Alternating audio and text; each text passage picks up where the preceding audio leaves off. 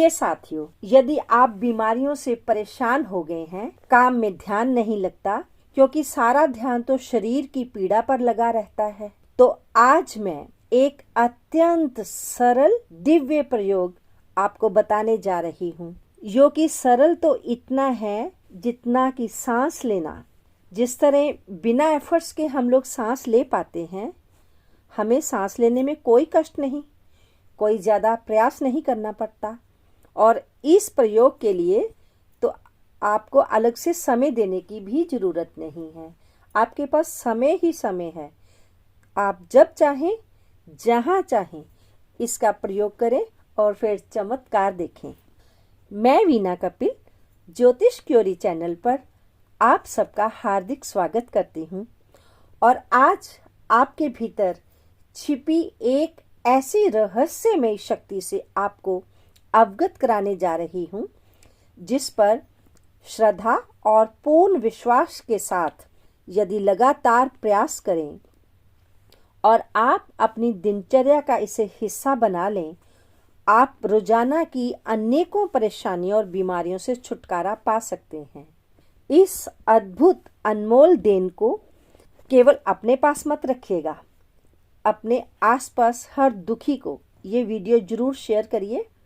और यदि channel subscribe नहीं किया है तो सबसे पहले आप स्वयं ज्योतिष क्योरी चैनल को सब्सक्राइब कर लें और फिर अपने मित्रों रिश्तेदारों से भी अनुरोध करें, क्योंकि इस चैनल पर जीवन की दिशा को बदल देने वाले विषयों को टच किया जाता है। आज जो अनूठा अद्भुत दिव्य प्रयोग मैं आपको बताने जा रही हूँ, वह प्रयोग घेरंड ऋषि द्वारा रचित घेरंड संहिता में से लिया गया है। 34 और 35वें श्लोक में इसका वर्णन है। स्क्रीन पर आपके सामने ये श्लोक दिया जा रहा है। हमारे पूर्वज आज के वैज्ञानिकों से अधिक ज्ञानवान थे। वे जानते थे कि अत्यंत ठंड या भीषण गर्मी से कैसे इस शरीर की रक्षा की जाए। आज का प्रयोग यदि आप अपनी आदत में शामिल कर लेंगे तो मेरा वादा है कि जिन बीमारियों या परेशानियों का मैं जिक्र करने जा रही हूँ, आप इसके फल स्वयं अनुभव करके मुझे फीडबैक अवश्य देंगे। ये प्रयोग हमारे ब्रह्मरंध्र से संबंधित है। ब्रह्मरंध्र वो स्थान है जहाँ पर ब्राह्मण लोग चोटी रखते हैं। आप कपाल रंध्र प्रयोग से अपने भीतर एक असीमित ऊर्जा जागृत कर नित्य प्रति होने वाले कफ दोषों से मुक्ति पा सकते हैं। हमारे अंगों में खून का ठीक बहाव ना होने के कारण जो जड़ता आ जाती है, उसे दूर कर काफी हल्कापन महसूस करेंगे। वात के साथ साथ जब कफ का दोष उत्पन्न होता है तो अनेकों बीमारियां, खांसी, जुकाम, श्लेष्मा अर्थात बलगम तथा फेफड़ों के अनेकों दोषों से आप छुटकारा पा सकते हैं। ये कोई जादू नहीं, बल्कि आप अपने भीतर की सुप्त शक्ति को मार्जन अर्थात मसाज के द्वारा चैतन्य कर लेते हैं, जागृत कर लेते हैं, क्योंकि हमारे सहस्त्रार में अति सूक्ष्म नसें हैं जो हमारे दिमाग को कंट्रोल करती हैं और दिमाग हमारे शरीर के हर अंग को संचालित करता है।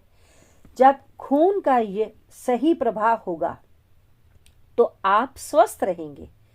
ऋषि कहते हैं कि यदि हर रोज हम ब्रह्मरंध्र को बाएं अर्थात राइट थंब के साथ 3 मिनट तक मसाज करें तो कफ से, अनिद्रा से अर्थात जिनको नींद नहीं आती, ये उनके लिए तो अमृतवान है।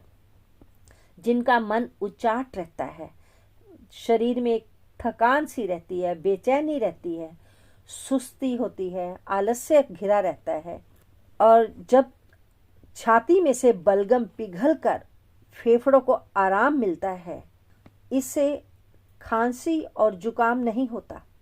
जो अवसाद अर्थात डिप्रेशन जो इंसानों में परेशानी का कारण है आजकल, ये भी दूर होता है। क्योंकि रक्त का ठीक संचार होने से नर्वस सिस्टम में इम्प्रूवमेंट आती है, हमारी नर्व्स एक्टिव हो जाती हैं और ऊर्जा का संचार प्रबल हो जाता है। अब प्रश्न उठता है कि कब करें? तो साथियों, नींद से जागने के तुरंत बाद आप कर सकते हैं, आप खाना खाने के तुरंत बाद कर सकते हैं और संध्या के समय जब सूरज छिप जाता है। ये जो 3 समय मैंने अभी आपको बताए हैं, यही सबसे अच्छे समय हैं। बाकी जब भी आपको सहूलियत हो आप तब भी कर सकते हैं। आपको करना ये है कि आपको अपने सिर के बीचों बीच राइट हैंड से अंगूठे के साथ मसाज 3 मिनट के आसपास ही करनी है, इससे ज्यादा बिल्कुल मत करिएगा। पहले दिन तो आधा मिनट से भी कम करें। ब्रह्मरंध्र के उस पर्टिकुलर पॉइंट पर, ये जो 1 इंच का एरिया है, उस पर आपने अंगूठे को क्लॉकवाइज मसाज करते हुए फिर एंटी क्लॉकवाइज अंगूठे के साथ गोल गोल मसाज करनी है। किसी तेल आदि की आवश्यकता बिल्कुल नहीं है।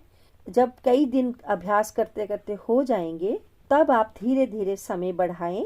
1 से लेकर 3 मिनट तक का समय काफी है। ये मसाज केवल बीमारियों को ही नहीं बल्कि दिव्य दृष्टि भी प्रदान करती है। सहस्त्रार जागृत होने से ध्यान केंद्रित होता है, कंसंट्रेशन बढ़ती है, स्मरण शक्ति बढ़ती है, भूलने की बीमारी ठीक होती है, मेडिटेशन करने में मदद मिलती है। अभी भी कईयों को परेशानी हो रही होगी कि ब्रह्मरंध्र है कहाँ। मान लीजिए आपके पास एक धागा है, आप एक कान से दूसरे कान तक उसको रखेंगे तो उसका जो मध्य बिंदु हुआ, आपने वो मध्य बिंदु मान लो तलाश कर लिया है। तो अब आप अपनी दोनों भौहों के बीच मतलब आंखों के बीच जहाँ बिंदी लगाते हैं वो वाला जो स्थान है उसकी सीध में और जो कानों के मध्य जो आपने स्थान ढूंढा था वही ब्रह्मरंध्र है।